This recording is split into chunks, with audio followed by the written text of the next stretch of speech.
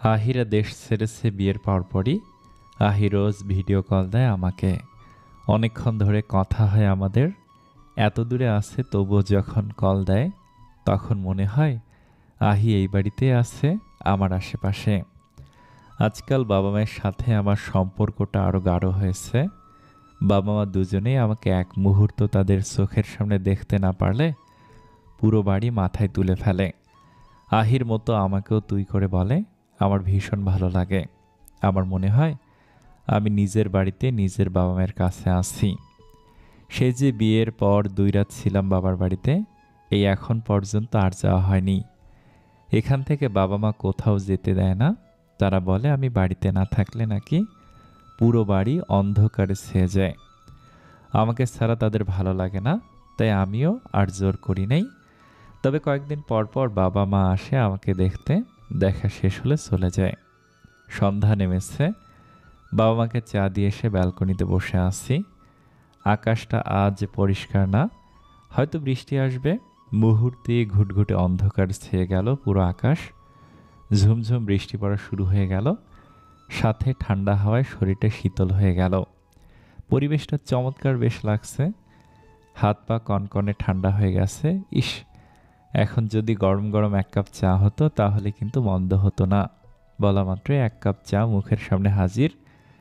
Cup থেকে চোখ সরিয়ে ব্যক্তিটির মুখের দিকে তাকালাম। মিস্টার দানব 2 হাতে 2 কাপ চা নিয়ে দাঁড়িয়ে আছে ঠিক আমার পাশেই। আমি যেন ভূত দেখার মতো তাকিয়ে আছি, কারণ এ সময় উনি বাড়িতে থাকে না। আমাকে এভাবে তাকিয়ে থাকতে দেখে উনি বলে উঠল, এভাবে উজবুকের মতো তাকিয়ে আসছো কেন? চাটা ধরো, ঠান্ডা হয়ে যাচ্ছে। আপনি এ সময়ে? আর চা কে বানিয়েছে? আজ বাড়িতেই থাকবো, আর চা আমি বানিয়েছি। তুমি রোজ রোজ চা বানিয়ে খাওয়াও, তাই ভাবলাম আজ আমি বানিয়ে খাওয়াই। ও আচ্ছা, তা আজ কি অফিসে কাজ নেই? না, সব শেষ। ও, চাটা কিন্তু দারুণ হয়েছে। সত্যি বলছো? হুম, একদম সত্যি। তাহলে কি চায়ের দোকান দিতে পারবো? হা হা হা। আপনি তো দিনে রাতে নিজের বিজনেসটাই সামাল দিতে পারছেন না, আবার চায়ের দোকান দিতে যাচ্ছেন। দোকানে তো আমি একা থাকবো না, আমার সাথে তুমিও থাকবে, কারণ তুমিও দারুণ চা বানাতে পারো। হয়েছে হয়েছে, আমি চাওয়ালি হতে পারবো না, আমি ডাক্তার হব। তুমি ডাক্তার হলে আমি তোমার পেশেন্ট হব।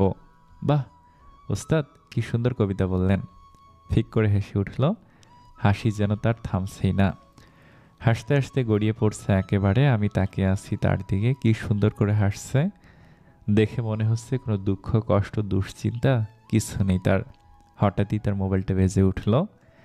এক হাতে প্যান্টের পকেট থেকে মোবাইলটা বের করেই স্ক্রিনের দিকে তাকালো। নিমেষে হাসি খুশি মুখটা কালো আধারে ছেয়ে গেল। তৎক্ষণাৎ মোবাইলটা নিয়ে উনি রুমের ভিতরে চলে গেল। বুঝলাম না কে কল দিয়েছে, আর আমার সামনে কথা বলে সমস্যা কী হতো। কৌতূহলের বশে পা বাড়ালাম রুমের দিকে। রুমে ঢুকে কিছু কথা কানে এলো। উনি ফোনের ওপাশের মানুষটাকে বলছে, সব কিছু নিয়ে তৈরি থেকো, কাল সকাল 10টার ফ্লাইট। কথাগুলো বলেই কল কেটে দিল। পেছন ফিরে আমাকে দেখতেই চমকে উঠল। হাত থেকে মোবাইলটা বিছানায় ছুঁড়ে মারল। 2 হাতে মাথা চেপে ধরে বিছানায় বসে পড়ত। বুঝতে পারলাম না কিছু, কার ফ্লাইট কাল, আর এটা আমার থেকে লুকানোর কি আছে সেটাও আমি বুঝতে পারছি না। পুরো রুম নীরব হয়ে আছে, কেউ কোনো কথা বলছি না। আমি মূর্তির মতো দাঁড়িয়ে ভাবছি। তখনই সে বলে উঠল, বিপাশা, এদিকে এসো। ভয়ে চুপসে গেলাম আমি, কারণ বিয়ের প্রথম রাতেও আমি লুকিয়ে লুকিয়ে কথা শুনছিলাম। তার জন্য সে খুব বকেও ছিল। আজ আর রক্ষে নেই। সেদিন বকেছিল, আজ মারবে নিশ্চিত। এর মধ্যেই সে খুব ঠান্ডা গলায় বলল, এক কথা বললে তুমি কি শুনতে পাও না? জি বলুন। আজ আবার লুকিয়ে কথা শুনছিলে? না মানে আমাকে পুরো কথাটা শেষ করতে দিল না। ইশারা করে তার পাশে বসতে বলল। আমিও চুপচাপ গিয়ে বসলাম তার পাশেই। এবার সে আমার দিকে ফিরে আমার হাত দুটো তার হাতের মুঠোবন্দি করে খুব শান্ত করে বলল, এবার তো একটু বোঝো বিপাশা, এভাবে কারো ব্যক্তিগত কথা শুনতে নেই। আর কখন এমন করব না, সত্যি বলছি। কিন্তু আপনি ফ্লাইট নিয়ে ওসব কি বলছিলেন কাকে? ওটা কিছু না, তুমি বুঝবে না। আমি এতটাও ছোট নই যে বুঝবো না। আপনি বলুন, আমি ঠিকই বুঝতে পারবো। ওটা আমার পার্সোনাল অ্যাসিস্ট্যান্ট। কিছুদিনের জন্য দেশের বাইরে যাবে, তাই সে বিষয়ে কথা বলছিলাম। ও, এইটুকু কথাই বলতে চাচ্ছেন না আপনি? হুম। আচ্ছা বিপাশা, আমি যদি কিছু চাই তোমার কাছে, তাহলে কি তুমি আমাকে দিবে? আমার কাছে তো তেমন কিছুই নেই, আছে বলেই তো চাচ্ছি। এবার তুমি বলো দিবে কি না। যদি থাকে তাহলে অবশ্যই দেব। আজকের রাতটা তোমার সাথে থাকতে দিবে? কী সব বলছেন আপনি? আমার কথাটা খারাপভাবে নিও না বিপাশা, আমি খারাপ কিছুর ইঙ্গিত করছি না। বিয়ের পর যেভাবে থাকতাম আমরা, আমি ওভাবেই থাকতে চাচ্ছি, শুধু আজকের রাতটা। আমি কিছু জানি না, নিচে আসুন, খেতে দিচ্ছি। আমার খাবারটা এখানে নিয়ে এসো। না, আপনি নিচে চলুন। আহা বিপাশা, যাও না। যাচ্ছি যাচ্ছি। নিচে এসে বাবা মাকে খেতে দিলাম আর ওনার খাবারটা প্লেটে করে নিয়ে গেলাম। এসে দেখি চার হাত পা চারিদিকে দিয়ে শুয়ে আছে। আমি খাবারটা পাশেই রাখলাম, রেখে বলে উঠলাম, এই যে মিস্টার দানব, আপনার খাবার খেয়ে নিন। কথাটা শুনে চট করে উঠে বসলো, বসে আমার দিকে তাকিয়ে ভুরু কুঁচকে বলল, খেয়ে নেবো মানে? তো খাবেন না? না খেলে ওখানে সাজিয়ে রাখুন, আমি গেলাম। আরে আরে দাঁড়াও, আমি আসলে বলতে চাচ্ছি, আমি খেয়ে নেব না, তুমি আমাকে খাইয়ে দিবে। আমারও তো সময় নেই, আপনি খেয়ে নিন। সময় নেই কেন? তুমি কি চাকরি বাকরি পেয়েছো নাকি? না, বাবা মাকে খেতে দিয়ে এসেছি, এখন গিয়ে দেখি কিছু লাগবে কিনা, আপনি খান। আমি খান না তো, আমি চৌধুরী। অদ্ভুত, খাবার খেতে বলেছি আমি, তুমি খেয়ে দাও না প্লিজ বিপাশা, শুধু আজকেই। আর না করার উপায় নেই, তাই খেয়ে দিলাম। ওনার খাওয়া শেষ হলে আমিও নিচে থেকে খেয়ে এলাম। শুয়ে আছি আমি একা, উনি বাবা মায়ের রুমে গেছে, কিছু জরুরি কথা আছে নাকি তার জন্য। বেশ কিছুক্ষণ পর রুমে ঢুকলো সে, আমি ওপাশ ফিরে গেলাম। বুঝতে পারলাম আমার পাশে কেউ শুয়েছে, আমার খুব কাছে। আমার পেটের উপরে এক হাত রাখলো, তারপর কানের কাছে আস্তে আস্তে বলল, কি হলো? আমাকে দেখে এপাশ ফিরলে কেন? কিছু না, এমনি। হাতটা সরান আর আপনি একটু দূরে যান। পরে আফসোস করবে না তো? কিসের জন্য? এই যে আমি যদি দূরে চলে যাই, আমার দম বন্ধ হয়ে আসছে। আসুক, আজ তো ছাড়ছি না, এদিকে এসো। আর কোন দিকে যাব? জায়গায় তো নেই। বুকের ভেতর জাপটে ধরলো আমাকে, নড়চড় করার উপায় নেই। শ্বাস নেওয়া মুশকিল হয়ে গেছে, আমি ছটফট করছি ছাড়া পাওয়ার জন্য, কিন্তু সে আরও আষ্টে পৃষ্ঠে জড়িয়ে নিচ্ছে আমাকে। কপালে ছোট্ট করে একটা চুমু খেলো, তার গাল দিয়ে আমার গালে স্পর্শ করলো। হঠাৎ অনুভব করলাম আমার গালে ফোঁটা ফোঁটা পানি পড়ছে। চট করে মাথাটা বের করে নিলাম। অন্য পাশে ঘুরে চোখ মুছছে উনি। উনি কি কাঁদছে নাকি? আর কেন কাঁদছে? এখানে তো কাদার মতো কিছু হয়নি তাহলে? আর কিছু না ভেবে তাকে জিজ্ঞেস করলাম, কি হয়েছে আপনার? কাঁদছেন কেন? কিছু হয়নি, চোখে কিছু একটা পড়েছে। দরজা জানালা সব বন্ধ, এখানে কি আসবে চোখে পড়ার জন্য? আপনি মিথ্যে বলছেন কেন? মিথ্যা না। আচ্ছা তুমি ঘুমাও, আমি মাথায় হাত বুলিয়ে দিচ্ছি, কেমন? হুম, ঠিক আছে। খুব আলতোভাবে মাথায় হাত বুলিয়ে দিচ্ছে, বেশ ভালো লাগছে। প্রতি রাতে যদি এভাবে আমার মাথায় হাত বুলিয়ে দিত তাহলে দারুণ ঘুম হতো। অবশ্য এমনিতেই আমার ঘুম বেশি, তার উপর এমনভাবে মাথায় হাত বুলালো, আহা কি আরাম। এভাবে কখন যে ঘুমের সাগরে তলিয়ে গেছি জানা নেই। সকাল সকাল ঘুম ভাঙলো ঠিকই, কিন্তু উনি পাশে নেই। এদিক ওদিক তাকিয়ে দেখলাম নেই, হয়তো ওয়াশরুমে আছেন। ধীর পায়ে ওয়াশরুমের দিকে গেলাম, কিন্তু সেখানেও নেই। এর মধ্যে ব্যালকনিতেও দেখা হয়ে গেছে, কোথাও নেই। অদ্ভুত, ঘুম থেকে উঠতে না উঠতে কোথায় চলে গেল, নাকি নিচে আছে, কে জানে, থাকতেও পারে। আমি আর খোঁজাখুঁজি না করে সোজা ওয়াশরুমে ঢুকে গেলাম। ফ্রেশ হয়ে এসে বিছানা গোছাচ্ছি। মিস্টার দানবের বালিশটা যখনই উঁচু করেছি, তখনই চোখে পড়লো সাদা একটা খাম। খামটা ওনার ভেবে ঠিক করে রাখছিলাম, তখনই দেখতে পেলাম খামটার উপরে ছোট্ট করে লেখা পিসি বউ। খানিকটা অবাক হলাম আমি, এই নামে তো উনি শুধু আমাকে ডাকে, আর উনি তো এখন বাড়িতেই আছে। তাহলে এটা কে দিল, আর কি আছে ভিতরে? আর না ভেবে খামটা খুলে ফেললাম। ভিতরে একটা কাগজ, কাগজটা মেলে দেখলাম এটা একটা চিঠি। তৎক্ষণাৎ পড়তে শুরু করলাম। আমার একমাত্র পিচ্ছি বউ, বুঝতে পারছি না কিভাবে কথাগুলো শুরু করব, আর আমি এটাও বুঝতে পারছি না আমার কথাগুলো তুমি কিভাবে নিবে। তাই প্রথমেই আমি তোমার কাছে ক্ষমা চাচ্ছি, দয়া করে আমাকে ভুল বোঝো না। সেদিন তুমি তোমার বাড়িতে কিছু কথা বলেছিলে, আমাকে মনে আছে? আমি খুব খারাপ একটা লোক, অসভ্য। আমি সবসময় তোমার কাছে আসার চেষ্টা করি। আমি তোমার আশেপাশে থাকলে তোমার দম বন্ধ হয়ে আসে। আমি বাড়িতে থাকলে তুমি নিজের মতো থাকতে পারো না। আমার জন্য তুমি ঠিকমতো নিঃশ্বাস নিতে পারো না। আমার সাথে আমার বাড়িতে ফিরবে না, আমার সাথে থাকতে চাও না। এমন আরও অনেক কথাই বলেছিলে। সত্যি বলতে সেদিন আমার প্রচণ্ড কষ্ট হয়েছিল। বুকের ভেতর খুব যন্ত্রণা করছিল। তুমি আমাকে খারাপ বলেছ, সেটার জন্য আমি মোটেও কষ্ট পাইনি। কারণ আমি জানি আমার বউটা পিচ্চি, কথাবার্তা গুছিয়ে বলতে পারে না। কিন্তু আমার এটা ভেবে খুব খারাপ লেগেছে যে আমি যদি সত্যি তোমাকে হারিয়ে ফেলি। হ্যাঁ, তুমি এখন ভাবতেই পারো 2 দিন এত ভালোবাসা এলো কোত্থেকে। তুমি আমাকে 2 দিন ধরে চিনলেও আমি তোমাকে অনেক আগে থেকেই চিনি।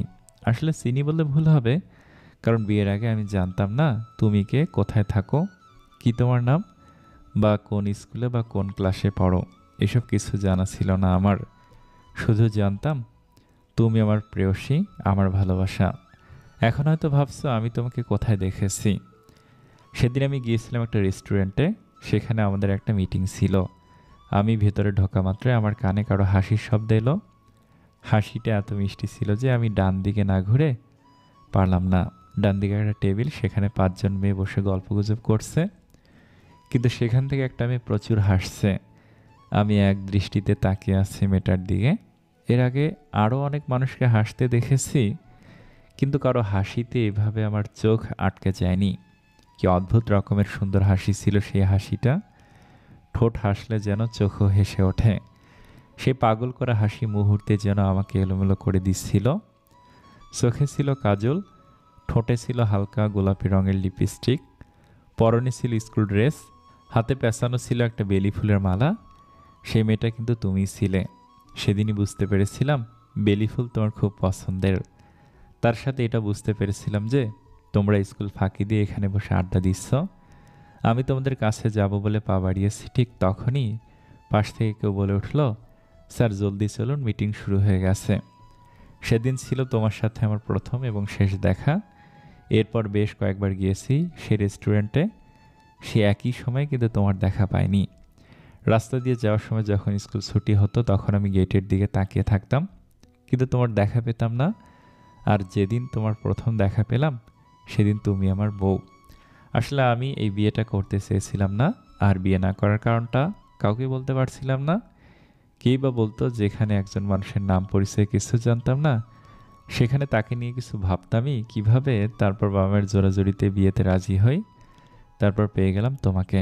আমি তোমাকে সব কিছু বলতে চেয়েছিলাম, কিন্তু বলতে পারিনি, কারণ তুমি ছোট, এসব বুঝতে পারবে না।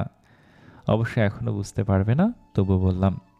তোমাকে কথা দিয়েছিলাম তোমার স্বপ্ন পূরণ করব, তাই আজ আমি চলে এসেছি অনেক দূরে।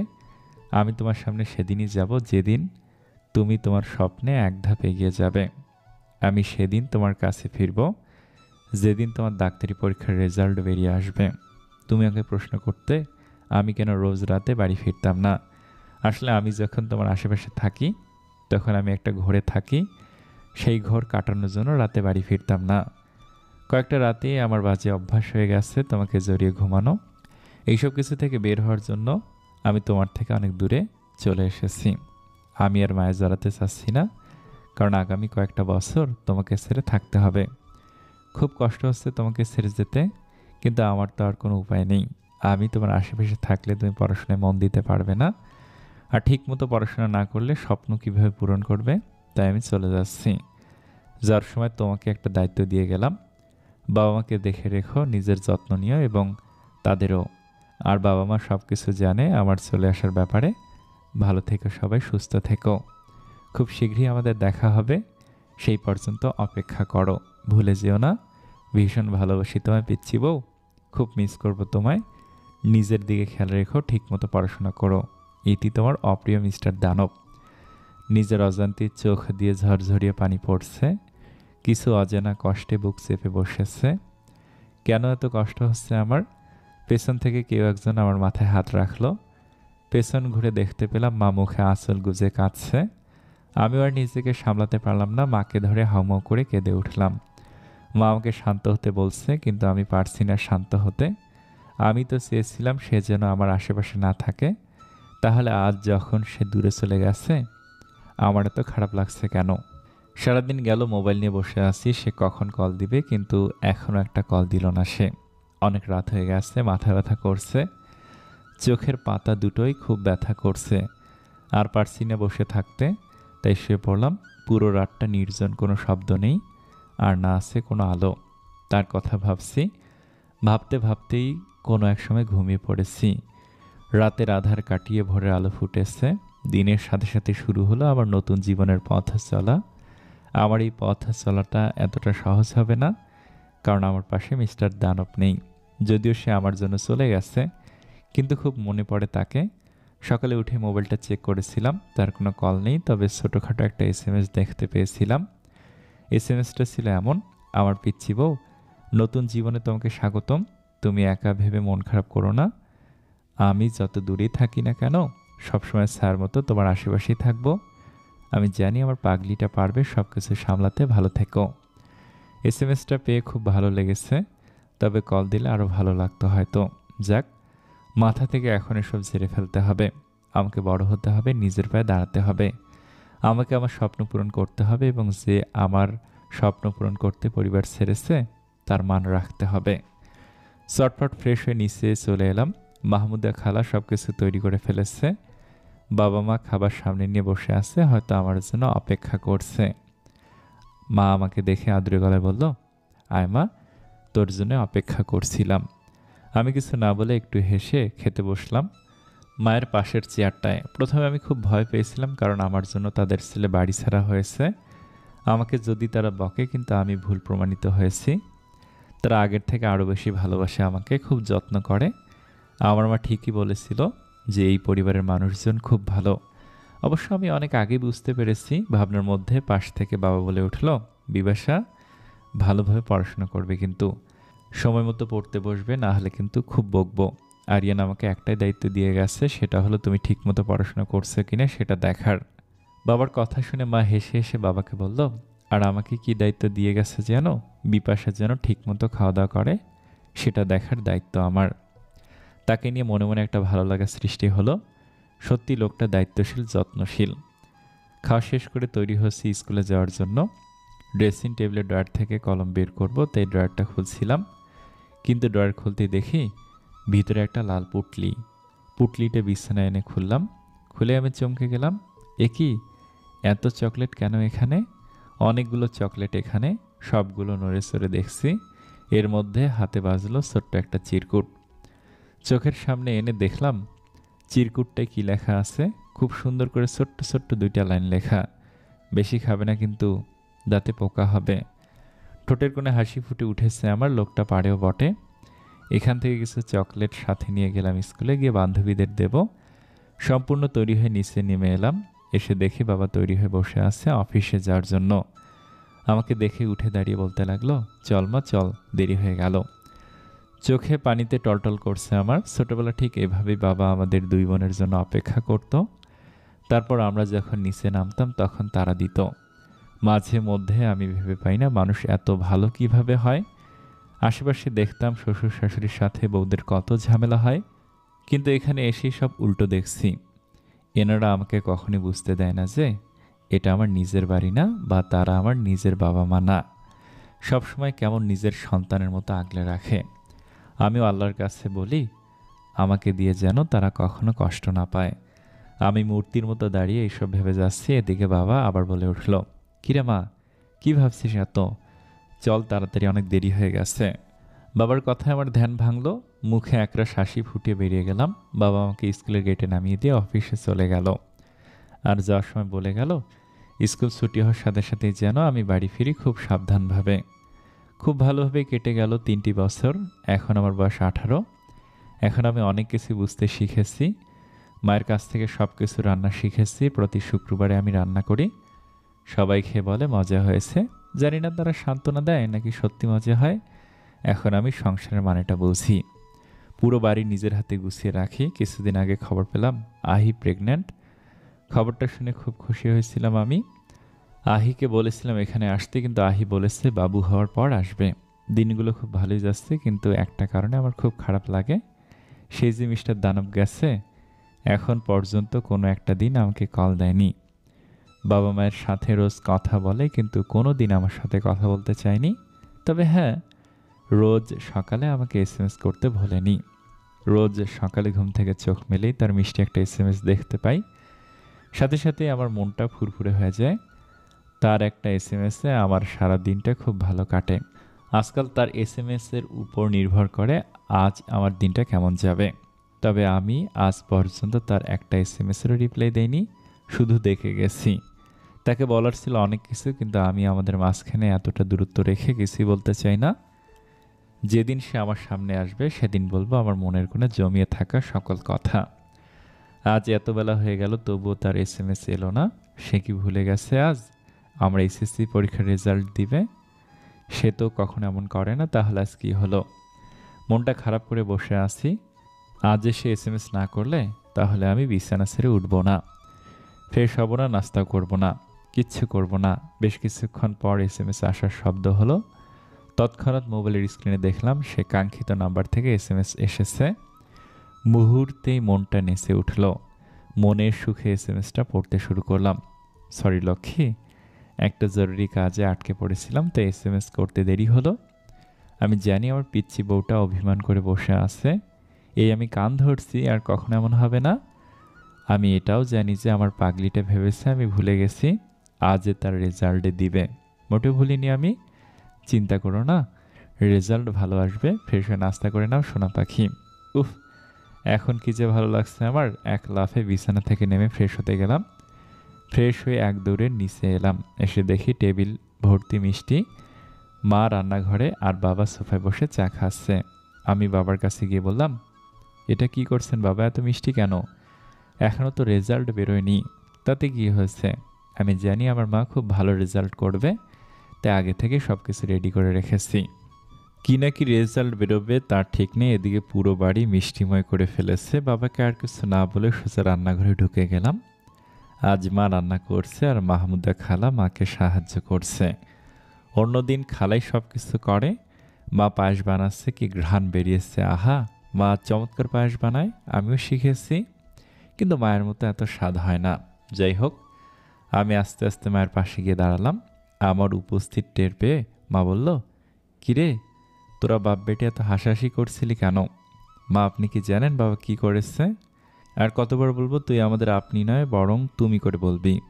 তোর কি কথা কানে যায় না? নাকি আমাদের আপন ভাবিস না? কোনটা বলতো?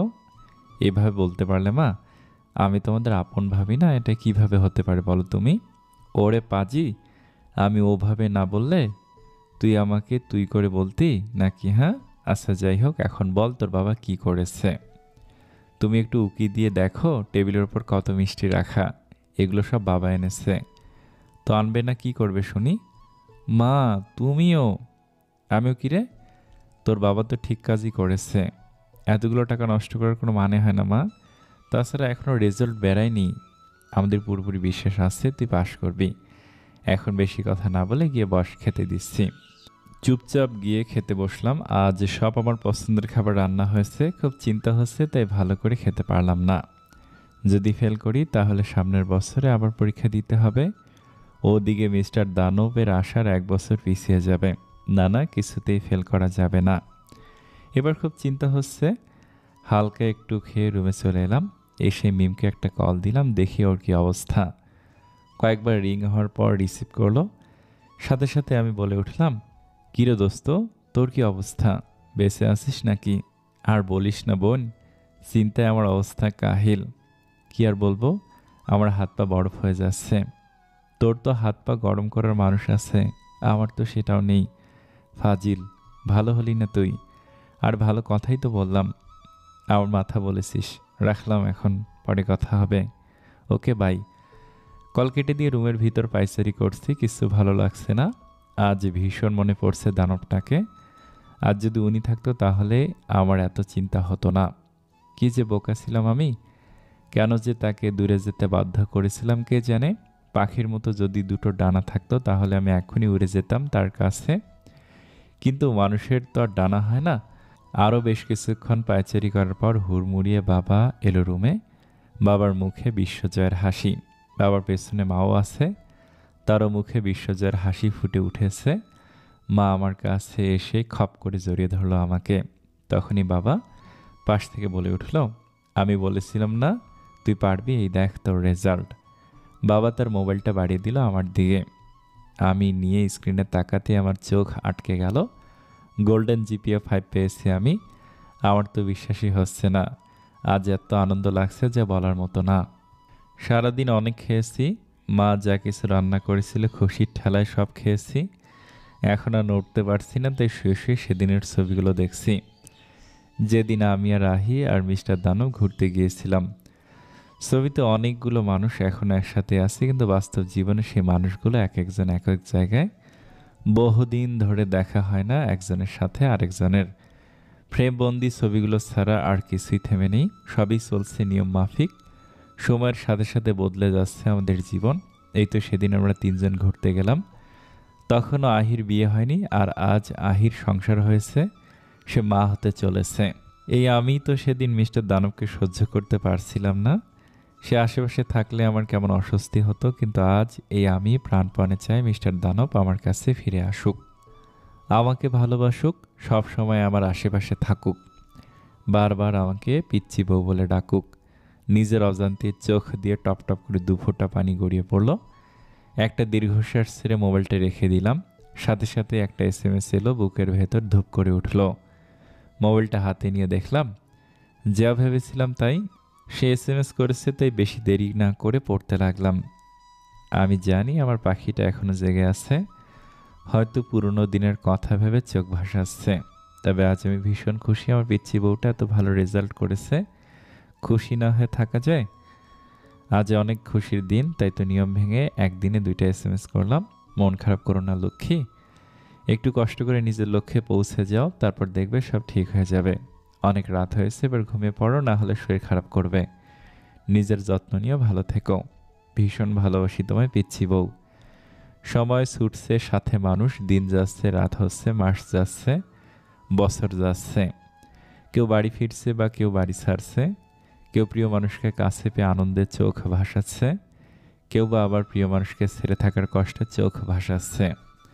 কেউ প্রিয়জন ছাড়া নির্ঘুমে রাত কাটাচ্ছে, আবার কেউ প্রিয়জনকে জড়িয়ে ঘুমের দেশে পাড়ি জমাচ্ছে। একই আকাশের নিচে বসবাস করে সবাই, তবুও এক একজনের কাহিনী এক এক রকম।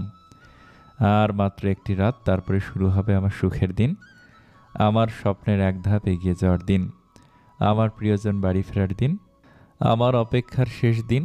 5টি বছর অপেক্ষার অবসান ঘটতে চলেছে আগামীকাল। ব্যালকনিতে বসে বসে রাতের আকাশ দেখছি। আজ আকাশটা খুব পরিষ্কার, পুরো আকাশ জুড়ে ছড়িয়ে ছিটিয়ে আছে তারা, মাঝখানটায় চাঁদ মামা। খুব ভালো লাগছে দেখতে। রাত পেরোলে আমি আমার সেই মানুষটার মুখ দেখতে পারবো, যার জন্য গত 5টি বছর অপেক্ষা করে আছি। জানি না এই 5টি বছর তার চেহারায় কতটা পরিবর্তন হয়েছে। এখনও মনে পড়ে সেই পুরনো দিনের কথা, তার সাথে বৃষ্টি বিলাস করার কথা, হুটহাট জড়িয়ে ধরার কথা, বেলি ফুলের মালা খোঁপায় গুজে দেওয়ার কথা, শাড়ি পরিয়ে দেওয়ার কথা, মুখে তুলে খাবার খেয়ে দেওয়ার কথা। সব কিছু মনে গেঁথে রেখেছি আমি, কিচ্ছু ভুলিনি। তার লেখা সেই চিঠিটা এখনও খুব যত্নে রেখেছি, মাঝে মধ্যে চিঠিটা পড়ি। ঘড়ির কাঁটা টিকটিক করে জানান দিচ্ছে যে অনেক রাত হয়েছে। ব্যালকনিতে আর দেরি না করে রুমে এসে শুয়ে পড়লাম। আজ জানি রাতে ঘুম হবে না, তবু শুয়েছি। মিস্টার দানবের কথা ভাবছি, কাল যখন সে আমার সামনে এসে দাঁড়াবে, তখন কি আমি নিজেকে ঠিক রাখতে পারবো? এই 5টি বছরের জমে থাকা কথাগুলো তাকে বলতে হবে, কিন্তু কোত্থেকে শুরু করব আগে? আমি কি গুছিয়ে প্রকাশ করতে পারবো তাকে নিয়ে আমার অনুভূতিগুলো? আমি কি তাকে বুঝিয়ে বলতে পারবো আমি তাকে কতটা ভালোবাসি? মনে অনেক প্রশ্ন নিয়ে ঘুমিয়ে গেলাম। খুব ভোরে উঠেছি, উঠেই পুরো বাড়ি পরিষ্কার করে এটা ওটা রান্না করা শুরু করেছি। আজ তার পছন্দের সব রান্না হবে, আমি নিজ হাতে রান্না করব সব কিছু। আমার বাবা মা এসেছে গতকাল রাতে। 2 বাবা বসে বসে গল্প করছে, আর 2 মা আমার পাশে দাঁড়িয়ে দাঁড়িয়ে দেখছে সব কিছু। সবাই খুব খুশি, আমিও অনেক খুশি। তবে আপু আর আহির জন্য খুব কষ্ট হচ্ছে। আহির সাথে তো প্রতিদিন কথা হয়। আহির একটা ছেলে হয়েছে, নাম রেখেছে আহিয়ান খান। 1.5 বছর হলো। কল দিলে আমাকে ডাকে মাম বলে। খুব মিষ্টি দেখতে হয়েছে, একদম আহির মতো। ওদিকে আপু কেমন আছে, কোথায় আছে কিছু জানি না আমরা। সেই দিনের পর থেকে আর আপুর সাথে কথা হয়নি, তবে আমি যোগাযোগ করার অনেক চেষ্টা করেছি। যাই হোক, এসব ভেবে লাভ নেই, কারণ আপুও কোনোদিন যোগাযোগ করার চেষ্টা করেনি। অনেক বেলা হয়ে গেছে, আমার রান্নাবান্নাও শেষ, সবার সকালের নাস্তা করা শেষ। আমি ওনার খাবারগুলো টেবিলে সাজিয়ে রেখে দিয়েছি। বাবা বলল দুপুরের দিকে আসবে সে, তাই আমি চটপট গোসল সেরে ফেললাম। আজ পরেছি তার দেয়া প্রথম শাড়িটা। এখন আমি একাই শাড়ি পরতে পারি। শুধু শাড়ি না, অনেক কিছুই আছে যেগুলো আগে পরতাম না বা পারতাম না, এখন সেসব পারি। সব কিছু ঠিক আছে, শুধু একটা বেলি ফুলের মালার অভাব। রেজাল্ট বেরিয়েছে, কিন্তু আমরা কেউ সেটা দেখছি না, কারণ মিস্টার দানব বলেছে সে আসার আগে না দেখতে। সবাই অধীর আগ্রহে অপেক্ষা করছে, সে কখন আসবে কে জানে। কাউকে যে বলবো কল দিতে তার উপায় নেই। এখানে সবাই বড়রা আছে। দাদার ভালো লাগছে না, এত দেরি করে মানুষ। 5টি বছর অপেক্ষা করালো, আবার আজকেও আল্লাহ রাগ হচ্ছে খুব। তাই রুমে চলে যাচ্ছি। এক পা বাড়িয়েছি, তখনই পেছন থেকে শাশুড়ি মা বলে উঠল, কিরে মা, কোথায় যাচ্ছিস? রুমে যাচ্ছি মা, ভালো লাগছে না। কেন রে, কি হয়েছে? শরীর খারাপ লাগছে? না মা। তাহলে কি হয়েছে? কিছু না মা, আমি আসছি। কথাটা বলে আমি চলে যাচ্ছিলাম, তখন পেছন থেকে এক মা আরেক মাকে হেসে হেসে বলল, আরে ভ্যান, বুঝতে পারছেন না আরিয়ানের আসতে দেরি হচ্ছে, তাই মেয়ে অভিমান করেছে। কথাগুলো বলেই দুই বিয়ান ফিক করে হেসে দিল। এদিকে রুমে এসে পায়চারি করছি। অনেকক্ষণ হয়ে গেছে, এখনও তার খোঁজ নেই, কে জানে কোথায় আছে এখন। হঠাৎই আমার মোবাইলটা বেজে উঠলো। আমি ভেবেছিলাম হয়তো উনি কল দিয়েছে, কিন্তু দৌড়ে এসে মোবাইলটা হাতে নিয়ে দেখি মিম। ধপ করে বিছানায় বসে পড়লাম। কলটা কেটে যাওয়ার আগেই রিসিভ করলাম। মোবাইলটা কানে ধরার সাথে সাথে ওপাশ থেকে মিম বলে উঠল, কিরে জামাই পেয়ে ভুলে গেলি আমাকে? কি বলছিস সব? কেন বুঝতে পারছিস না? জিজু এসেছে বলি তো কল রিসিভ করতে এত দেরি হলো। না রে দোস্ত, উনি এখনও আসেনি। ও, তাহলে জিজুর জন্য মন খারাপ করে আসিস, তাই দেরি হলো? তোর সমস্যা কি বলতো? যেটা বলছিস সেটাই খপ করে ধরছিস। আর বেবি, চটে যাচ্ছিস কেন? আমি তো মজা করছিলাম। বুঝতে পেরেছি রে, কিন্তু ভাল লাগছে না আমার। এত বছর তো অপেক্ষা করলি, আর একটু অপেক্ষা কর জানো। আমার তো অপেক্ষার প্রহর শেষই হচ্ছে না চিকু। শোন, যা বলার জন্য কল দিছিলাম, আমি পাশ করেছি। তোর রেজাল্ট কি? এখনো দেখা হয়নি, উনি আসলে তারপর বলতে পারবো। ঠিক আছে, আর এবার কিন্তু জিজুর সাথে আলাপ করাবি, কেমন? অবশ্যই, তুই চলে আয় এ বাড়িতে। না রে, যাওয়া সম্ভব না, অন্যদিন যাব। ঠিক আছে, ভালো থাক ভাই। ঠিক আছে, আর তুই সাবধানে থাকিস জিজুর থেকে। ফাজিল কোথাকার। কথাটা বলে কল কেটে দিলাম। ঘড়িতে দেখলাম দুপুর পেরিয়ে বিকাল হয়ে যাচ্ছে, অথচ তার কোনো খবর নেই। আসতে যখন দেরি হবে তাহলে সেটা আগেই বলে দিতে পারতো, তাহলেই তো এত ছটফট করতাম না।